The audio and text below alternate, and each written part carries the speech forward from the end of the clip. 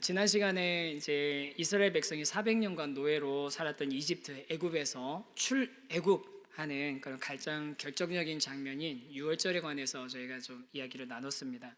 말씀을 드렸는데 이때 이제 애굽 전역에 10가지 재앙이 차례차례 있었고 마지막 10번째 재앙이 초태생의 죽음이라는 엄청난 재앙이었죠. 그래서 그 재앙을 통해서 모든 그 유드 애굽 땅에 있었던 가정들이 죽음을 피할 수가 없었는데 오직 딱 고센 땅에 있었던 이스라엘 민족에게만 그 죽음을 피할 수 있는 비결을 하나님 알려주셨습니다. 뭐냐면 양이나 염소를 잡아가지고 그 피를 가지고 문 지방과 문설주와 문 인방에다 발랐으면 그 피를 보고서 죽음이 그 집에 들어가지 않고 건너가게 한다. 그래서 유월한다 라는 의미로 유월절이라는 이름을 붙였는데, 그래서 그 유월절을 통해 가지고 구원을 받은 이스라엘 민족, 근데 그 유월절로 하나님의 그 구원을 경험한 이스라엘 민족과 같이 이제는 우리가 유월절 어린 양 대신 예수 그리스도를 통해서 우리를 위해서 십자가에서 피를 흘리셨고 그 피를 나무에 바르신 그 예수님 때문에 우리가 새로운 생명을 얻었고 죽음으로부터 벗어날 수 있었고 그다음에 하나님과의 관계가 회복됐다는 것을 저희가 이제 지난 시간에 말씀드렸습니다. 그래서 하나님께서 유월절을 대대로 기억하라고 했는데 지금은 우리가 유월절을 구약처럼 양이나 염소를 잡아서 기억하는 게 아니라 우리 고난주간 부활주를 통해서, 특히 부활주를 통해서 예수 그리스도께서 십자가에서 유월절 어린 양 되셨음을 기억하고 그 예수님을 기념함으로써 우리가 하나님의 그 구속의 은혜, 구원의 은혜, 값진 은혜를 우리가 감사할 수 있는 그 그날을 기념하고 기억하는 그런 우리들이 되면 좋겠다라는 말씀을 우리 지난 시간에 나눴습니다. 근데 지난 시간에 이렇게 제가 잘 전하지 못했어요. 그렇죠? 제가 일부 때도 제가 정말 진지한 마음으로 우리 성도님께 좀 말씀을 좀 드렸는데요. 사실 지난주에 제가 너무 준비가 부족했던 거예요. 정말 이 좋은 말씀을, 이 주옥 같은 말씀을 제가 충분히 소화하지 못하고 제가 충분히 또 묵상하지 못하고 제가 충분히 준비되어 있지 못한 상태에서 하다 보니까 정말 이 좋은 말씀을 우리 성도님들한테 잘 전하지 못했던 그것 때문에 정말 한 주간 동안 되게 괴로웠습니다. 그래서 이걸 이번 주는 어떻게 시작을 해야 되지라는 게 너무 이제 고민이 되는 거예요. 너무 고민이 되는 거예요. 그러면서 또 이런 생각나는 게 있더라고요. 예전에 이찬수 목사님께서 준비 안 됐으면, 목사가 설교가 준비 안 됐으면 강단에서 설교를 망치는 게 은혜다.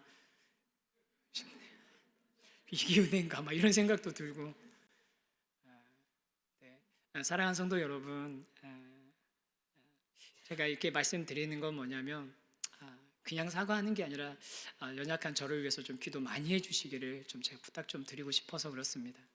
여러분 다 눈치채시고 알고 계시잖아요. 제가 딱 이 정도 수준 되는 사람입니다. 딱 이 정도 되는 그릇이라서 제 안에선 나올 게 별로 없어요. 제 안에선 진짜 나올 게 선한 게 없어서 하나님이 위해서 부어주시지 않으면 제가 여러분께 드릴 수 있는 게 선한 게 하나도 없습니다. 그래서 우리 여러분께서 꼭 저를 위해서 기도해 주시고 그냥 하나님이 저를 그냥 들어서 사용하시고 하나님 역사해 주시기를 기대하시면서 오시면 좋겠습니다. 제가 그래가지고 지난주 그러고 나서 엄청 괴로워서 오늘은 어떻게 해야 되나 너무너무 힘들었어요. 오늘도 또 너무 해서 막 그냥 설교 준비하는 패턴도 막 바꿔보고 막 이렇게 막 했는데 오늘 진짜 하나님의 은혜를 사모하면서 말씀을 전하고 싶은데요. 이제 그렇게 출애굽이라는 그 사건을 통해서 하나님께서 이집트의 악한 통치자들과 또 많은 우상들을 굴복시키시고 홍해를 건너서 광야로 나오게 한 이제 이스라엘 백성들을 어디서 이제 만나게 되시냐면 시내산에서 만나게 되십니다. 여태까지는 하나님하고 모세하고만 계속 이야기하신 거예요, 대부분은. 그리고 이제야 비로소 하나님의 백성들이 시내산 앞에서 출애굽한 지 3개월 만에 시내산 앞에 같이 모여가지고 하나님의 임재를 경험하게 되는 겁니다. 그리고 그 하나님의 임재 가운데서 하나님께서 주신 첫 번째 말씀이 뭐냐면 바로 이 출애굽기 20장에 나오는 10계명부터 시작된 하나님의 여러 가지 규례들, 또 율법들이 이제 이 뒤로 쭉 기록이 되는 거죠. 그래서 오늘은 뭐 10계명의 조항의 각각의 의미를 여러분에게 설명드리려고 하는 게 아니라, 저희가 지금 말씀 앞에 서라 처음에 시작하면서 성경 안에 있는 중요한 하나님의 명령들, 하나님이 이 뜻을 분명히 밝히셨던 그 하나님의 명령들만 이렇게 좀 이렇게 짚어오면서 그 안에서 하나님이 우리를 향해서 어떤 계획을 가지고 계시고 어떤 의지를 가지고 계시는지 발견하고 싶은데요. 그런 의미에서 오늘 이제 10계명의 전반적인 그 의미, 또 하나님이 10계명을 이스라엘 백성에게 주신 이유, 그리고 우리 지금 광야 생활 하지도 않는데 우리가 이 10계명을, 신약 시대에 사는 우리들이 이 10계명을 알아야 되는 이유 같은 것들을 좀 같이 좀 나누고 싶습니다. 그래서 이제 10계명을 이제 준비하려니까 이제 책을 이제 먼저 검색해 보잖아요. 제가 항상 이제 책을 먼저 검색해 보거든요. 그 주제에 관련된 그 책을 검색을 딱 해봤더니 10계명 해서 책 딱 검색해 봤더니 책이 꽤 많이 나오더라고요. 그러면서 책들을 하나씩 보니까 놀라운 게 하나 있었어요. 그게 뭐냐면 10계명이라는 주제를 가지고 나오는 책들 중에는 신앙서적 아닌 책들이 꽤 있는 거예요. 예를 들면 이런 거예요. 프랑스 부모들의 자녀 교육 10계명, 이런 거죠. 결혼 생활 10계명. 제일 황당했던 건 야 너도 부자가 되는 10계명, 그런 거 있더라고요. 같은 시리즈인데 뭐냐면 운이 좋아지는 10계명.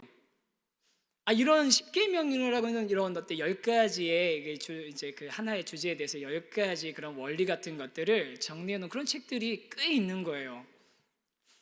그래서 야 이게 10계명이라는 단어가 그냥 우리 기독교에서만 쓰는 게 아니라 다른 데서도 많이 이렇게 사용하기 원하는구나라는 걸 알면서 이제 그 중에 책 하나를 이제 봤는데, 케빈 드 영이라는 분이 쓴 책이 있습니다. 그분이 쓴 책 중에 10계명이 있는데 이거는 제대로 된 10계명 책 맞아요.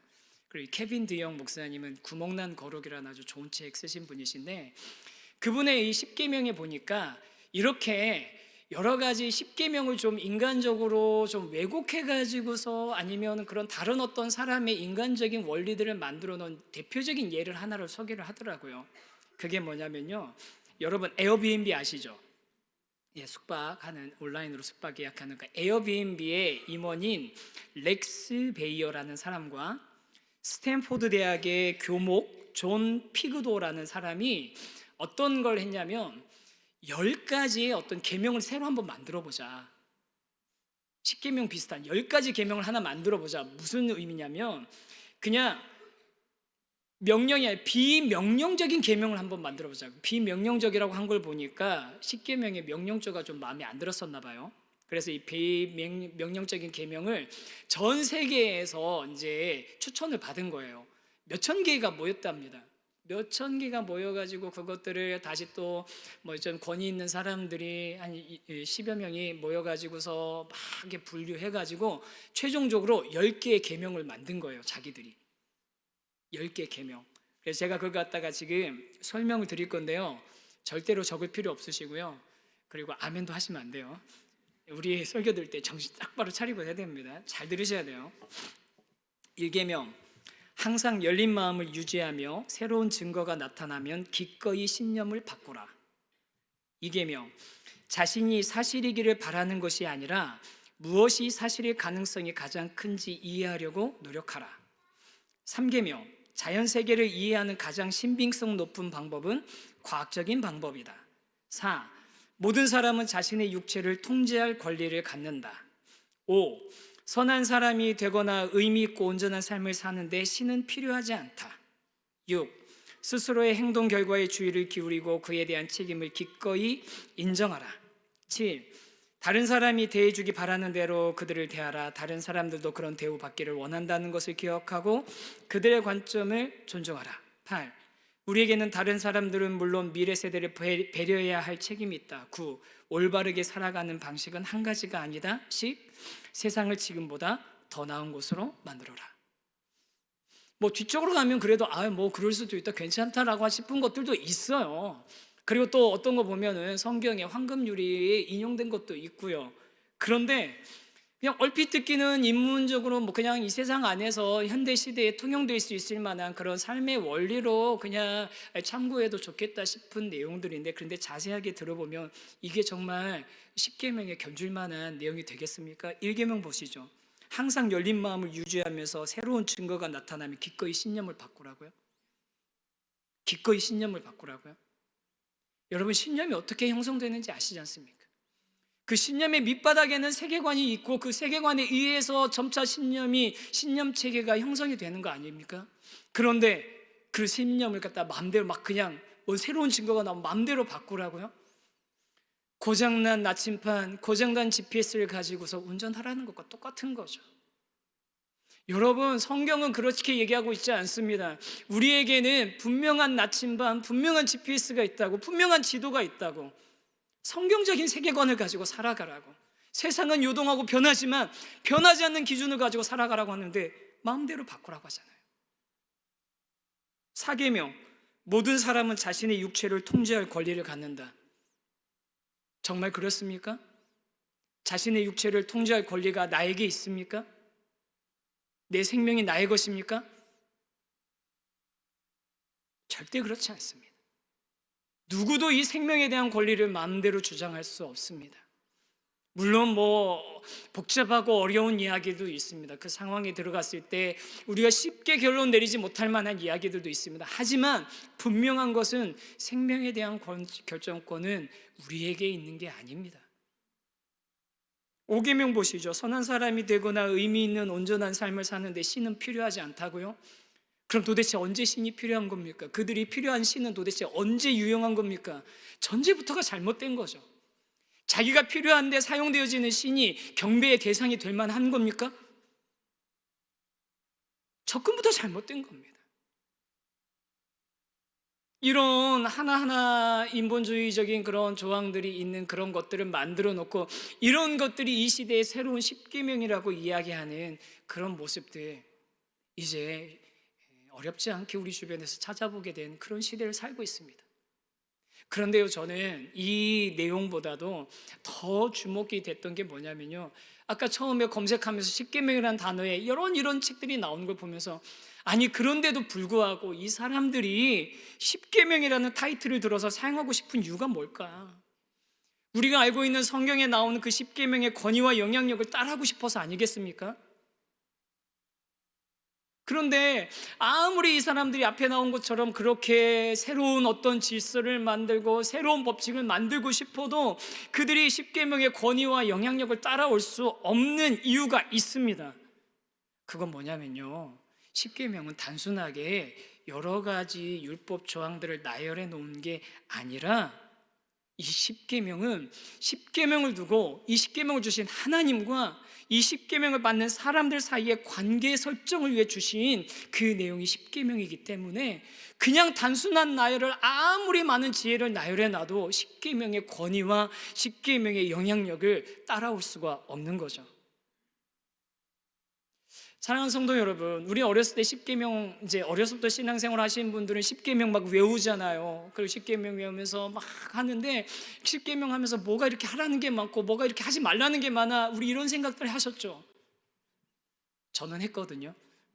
중학교 2학년 때 그 담임 목사님하고 장로님은 저희 아버지셨는데 앞에 가가지고서 이제 그 학습 세례 문답을 해야 되는데 십계명을 다 외워야 되는 거예요. 막 하시겠는데 막 틀리면 나가서 다시 공부하고 오라고 하고, 나가서 막 하고 들어가서 다시 똑똑똑 목사님이 준비됐는데요. 그럼 막 그래야 되는 그런 이제 교회 생각해 보면 십계명 뭐 이렇게 해야 될 게 많고 하지 말아야 될 거 많고, 십계명 이후에 주신 계명들이 뭐 이렇게 막 이렇게 하나님이 원하시는 게 많아, 이런 생각을 하기 쉬운데 절대 그런 게 아니라는 거예요. 하나님께서 단순하게 이스라엘 백성들에게 너는 이걸 지켜라라고 명하신 것이 아니라 나와 너는 이런 관계이니까 나에 대해서 이런 것을 잊지 말아라, 내가 이런 존재라는 것을 기억해줘라 라고 말씀하시는 거죠. 관계를 기반으로 한 언약이었던 것입니다. 그걸 우리가 알고 십계명을 봐야지만 그 안에 녹아있는 하나님의 마음, 또 하나님의 성품을 우리가 제대로 볼 수 있게 되는 것입니다. 그러면 십계명에 드러난 하나님께서는, 십계명을 통해서 하나님께서는 하나님의 백성들과 어떤 관계를 맺길 원하시는 걸까요? 그것은 바로 너희는 제사장 나라이자 나의 소유인 거룩한 백성이 되기를 원하시는 겁니다. 하나님께서는 이제 갓 애굽에서 탈출해 나온 이스라엘 백성들과의 관계를 어떻게 생각하고 계시는지 명확하게 말씀하고 계시는 구절이 있습니다. 어디냐면요, 이 십계명 바로 앞에 나오는 출애굽기 19장 말씀이에요. 19장에서 하나님께서 이제 모세를 불러서 이제 회중들 다 시내산 앞에 모아라라고 말씀하시면서 모으시는데 그 이야기를 전달하시는데 그때 이렇게 얘기하십니다. 출애굽기 19장 4절에서 6절입니다. 같이 한번 읽었으면 좋겠습니다. 같이 읽습니다. 시작. 내가 애굽 사람에게 어떻게 행하였음과 내가 어떻게 독수리 날개로 너희를 업어 내게로 인도하였음을 너희가 보았느니라. 세계가 다 내게 속하였나니 너희가 내 말을 잘 듣고 내 언약을 지키면 너희는 모든 민족 중에서 내 소유가 되겠고 너희가 내게 대하여 제사장 나라가 되며 거룩한 백성이 되리라. 너는 이 말을 이스라엘 자손에게 전할지니라. 아멘. 하나님께서 이스라엘 백성들과 어떤 관계를 맺기를 원하신다고요? 여기 이렇게 나와 있잖아요. 이 말씀을 우리 김군주 교수님이 하나님 나라의 신학으로 읽는 모세오경이라는 책에서 이렇게 본인이 좀 이렇게 새롭게 번역을 하셨어요. 본인이 번역을 하셨는데 제가 그냥 이거 한번 읽어드릴 테니까 의미가 와닿으실 거예요. 제가 읽어드릴게요. 내가 애굽 사람들에게 무엇을 행하였는지와 내가 어떻게 너희들을 독수리 날개로 업어서 내게로 이끌었는지를 너희는 친히 보았다.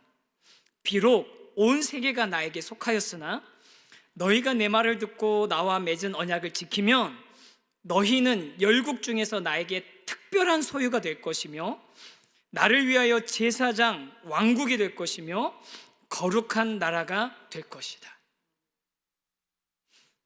다시 한번 들어보세요. 비록 온 세계가 나에게 속했지만 너희가 내 말을 듣고 나와 맺은 언약을 지키면 너희가 열국 중에서 나에게 특별한 소유가 되며 나를 위한 제사장 왕국이 될 것이고 거룩한 나라가 될 것이다.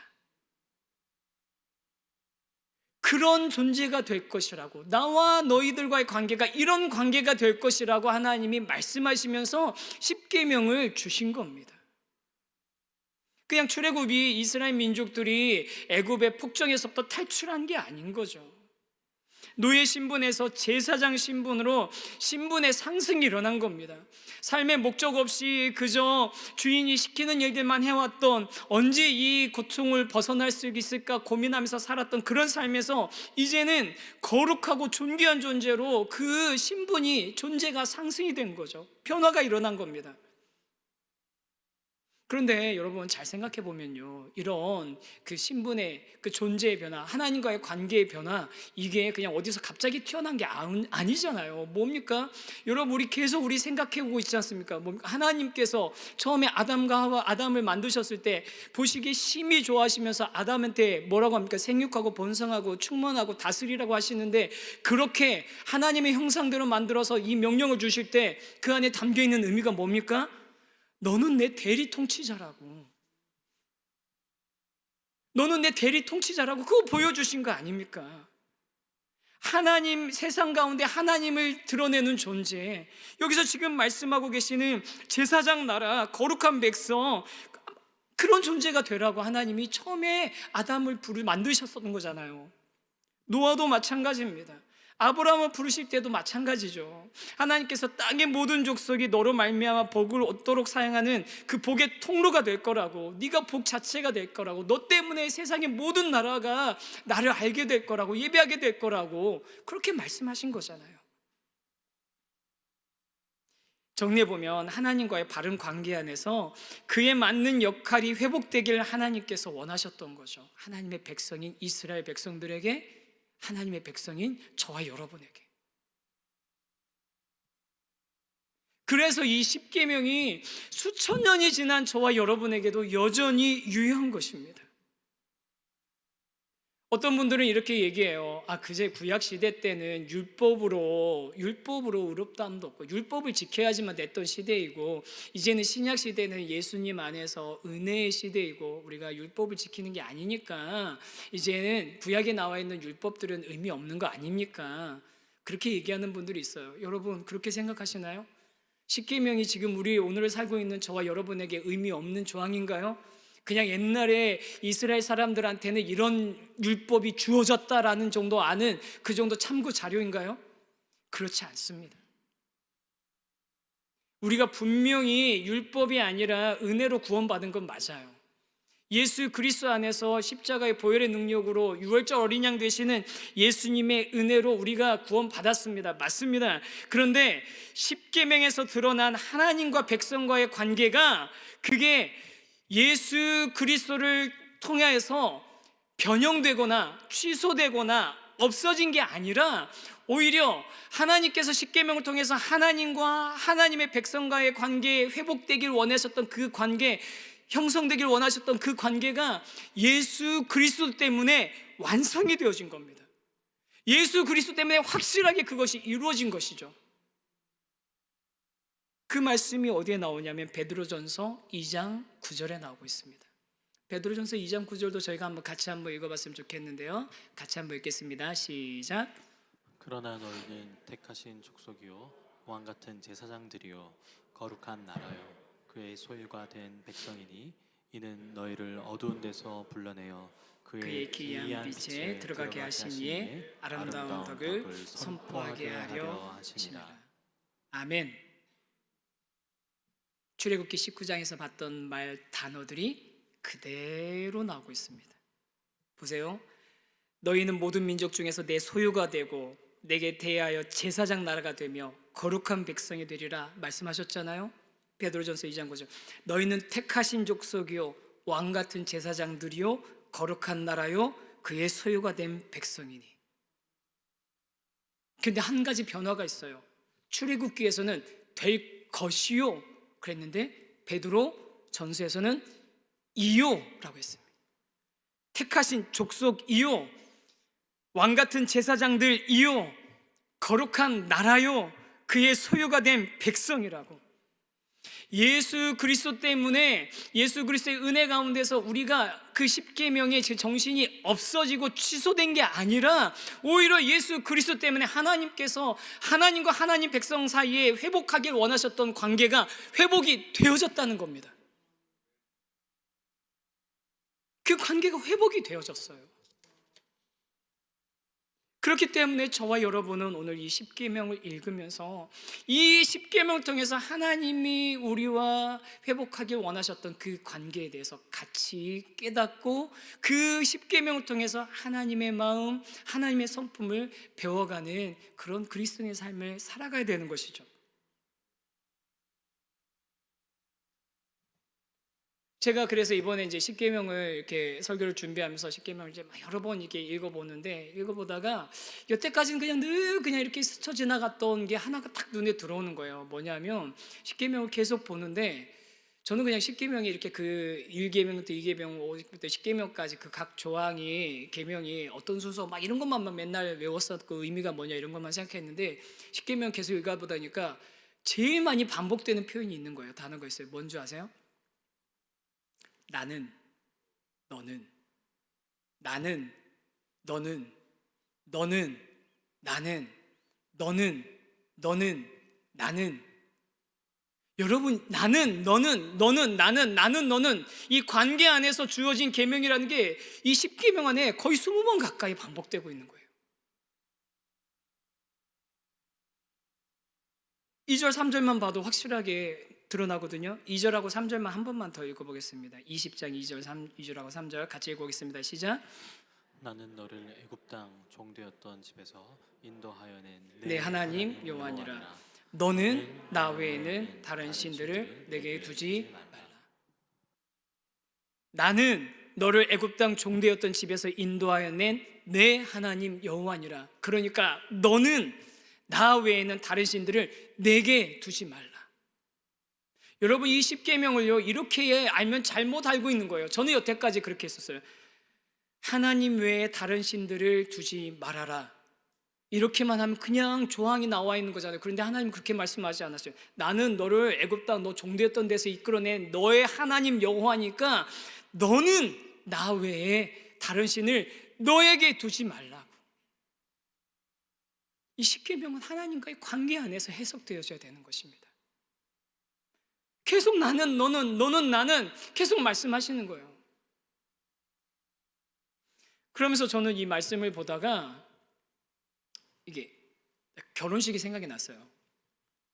저희 결혼식 하면 이제 저한테 이제 주례 부탁을 하면 제가 이제 신랑 신부 만나서 이제 요즘은 제가 이제 우리가 아직 결혼 예비 학교가 없으니까 제가 책 미리 하나 좀 읽어오라고 하고 그다음에 그거 가지고서 같이 제가 좀 준비해가지고 한 2시간 정도 같이 이제 읽었던 내용 가지고 스터디 좀 하고 그다음에 결혼식에 관한 내용들 좀 안내해주고 그렇게 하거든요. 근데 안내하면서 제가 꼭 부탁하는 게 있어요. 숙제가 뭐냐면 각자가 자기의 결혼 서약을 좀 써와라. 자기의 말로. 신랑으로서 자기 서약, 신부로서 자기 서약을 써와라. 그럼 그걸 갖다 순서지에 놓고 결혼식 예식 때 각자 자기가 그 자리에서 자기 목소리로 그걸 이제 들고서 낭독하겠다. 제가 그렇게 하거든요. 그렇게 준비하는데 지난해 했던 결혼식이에요. 그런데 그 커플이 어떻게 이제 보내왔냐면 보통은 신랑 누구누구 나 신랑 누구누구는 이렇게 해서 쭉 합니다. 서약합니다. 이렇게 하고 신부 나 누구 이렇게 서약합니다. 이렇게 하는데 이 커플이 어떻게 왔냐면 신랑이 한마디 하고 신부가 한마디 하고 신랑이 한마디 하고 신부가 한마디 하고 맨 마지막에 같이 하는 이런 식으로 써온 거예요. 되게 의미가 있더라고요. 그래서 했는데 어떻게 했냐면 이런 식이에요. 신랑이 평생 당신이 기대에 설 수 있는 든든한 남편이 되겠습니다 하면 신부가 화답하는 거죠. 평생 당신의 편에서 함께하는 든든한 아내가 되겠습니다. 그렇게 이제 화답을 하는 거죠. 근데 여러분 한번 상상해 보세요. 신랑이 평생 당신이 기대에 설 수 있는 든든한 남편이 되겠습니다. 그런데 신부가 거기서 대답해야 되는 그 순간에 망설이는 거예요. 어떻게 되지? 내가 할 수 있나? 자신 없는데. 어떻게 했습니까? 신랑이 그렇게 사랑을 고백했을 때 그에 합당한 고백을 신부도 하는 거죠. 그게 몇 번 이렇게 주고받아지는데 제가 앞에서 이거 보는데 너무 아름답고 의미가 있더라고요. 그러면 이 10계명이 하나님과 우리와의 관계 안에서 이 관계 안에서 주어진 계명이라면 하나님이 만약에 2절 3절에서 나는 너를 종되었던 집에서 인도해내는 내 하나님 여호와라 너는 나 외에 다른 신을 내게 두지 말라라고 하셨다면 우리는 어떻게 거기에 화답해야 되겠습니까? 저 이렇게 고쳐봤습니다. 하나님은 나를 애굽 땅 종되었던 집에서 인도해낸 나의 하나님 여호와이십니다. 나는 하나님 외에는 다른 신들을 나에게 두지 않겠습니다.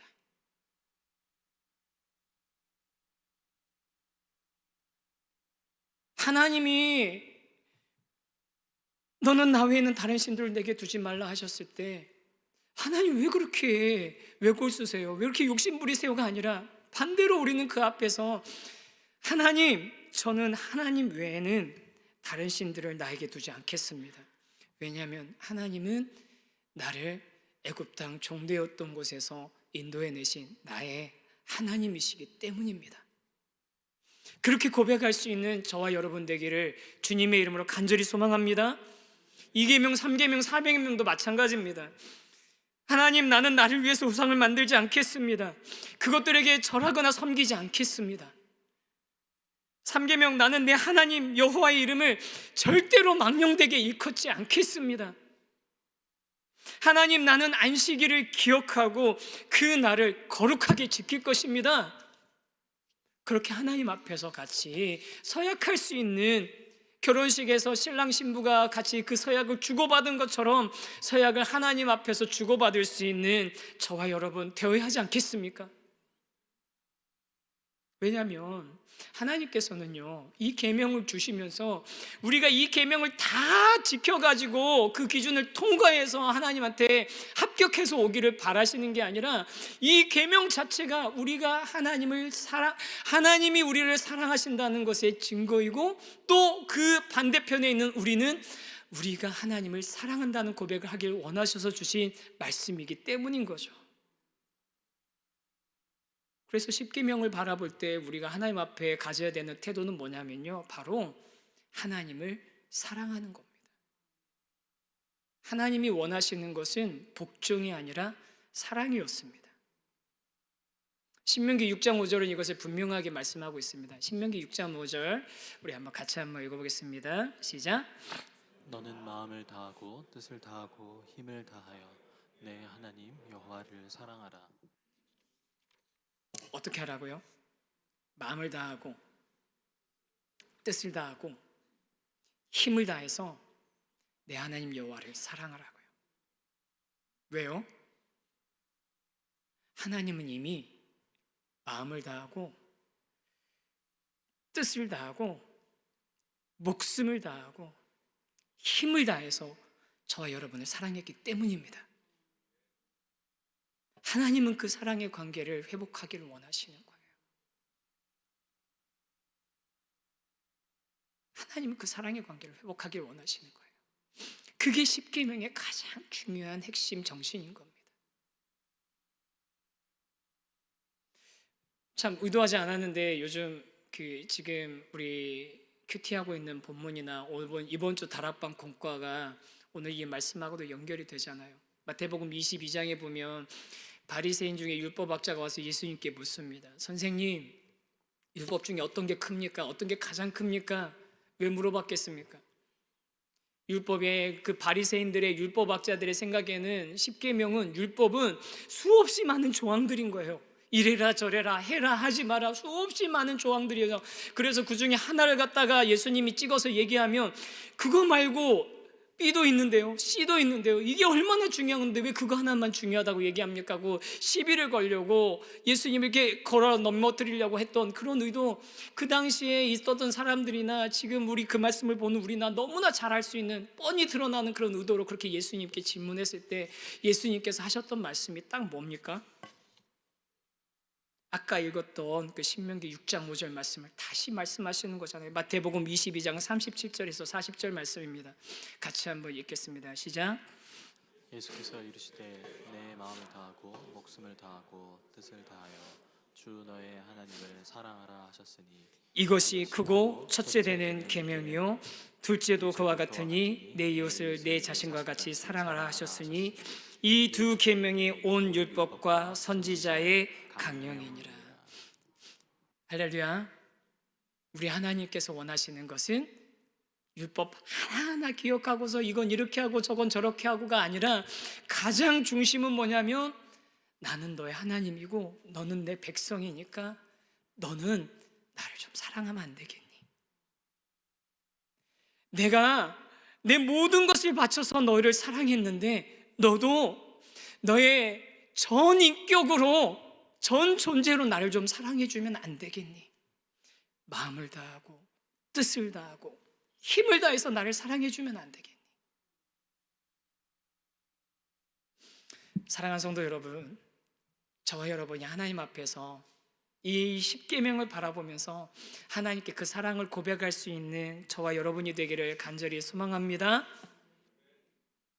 이 계명을 보면서 하나님, 또 성경 말씀 보면서 하나님, 뭐가 이렇게 그리스도인 되는 게 무거워요, 뭐가 이렇게 힘들어요가 아니라 하나님, 나를 향한 하나님의 사랑이 너무 크고 놀라워서 저도 하나님 사랑합니다, 저도 하나님 사랑합니다라고 고백할 수 있는 저와 여러분의 삶이 된다면 우리의 고백 받으시고 기뻐하시면서 우리와의 회복된 그 관계 안에서 우리를 너희는 택하신 족속이요 왕같은 제사장이요 거룩한 나라요 그의 소유된 백성으로서 하나님의 그 귀한, 우리가 그 귀한 빛에 들어가게 된 하나님의 아름다운 덕을 선포하는 그런 존재로 우리와 함께 동역하는 것을, 함께하는 것을 기뻐하시는 줄 믿습니다.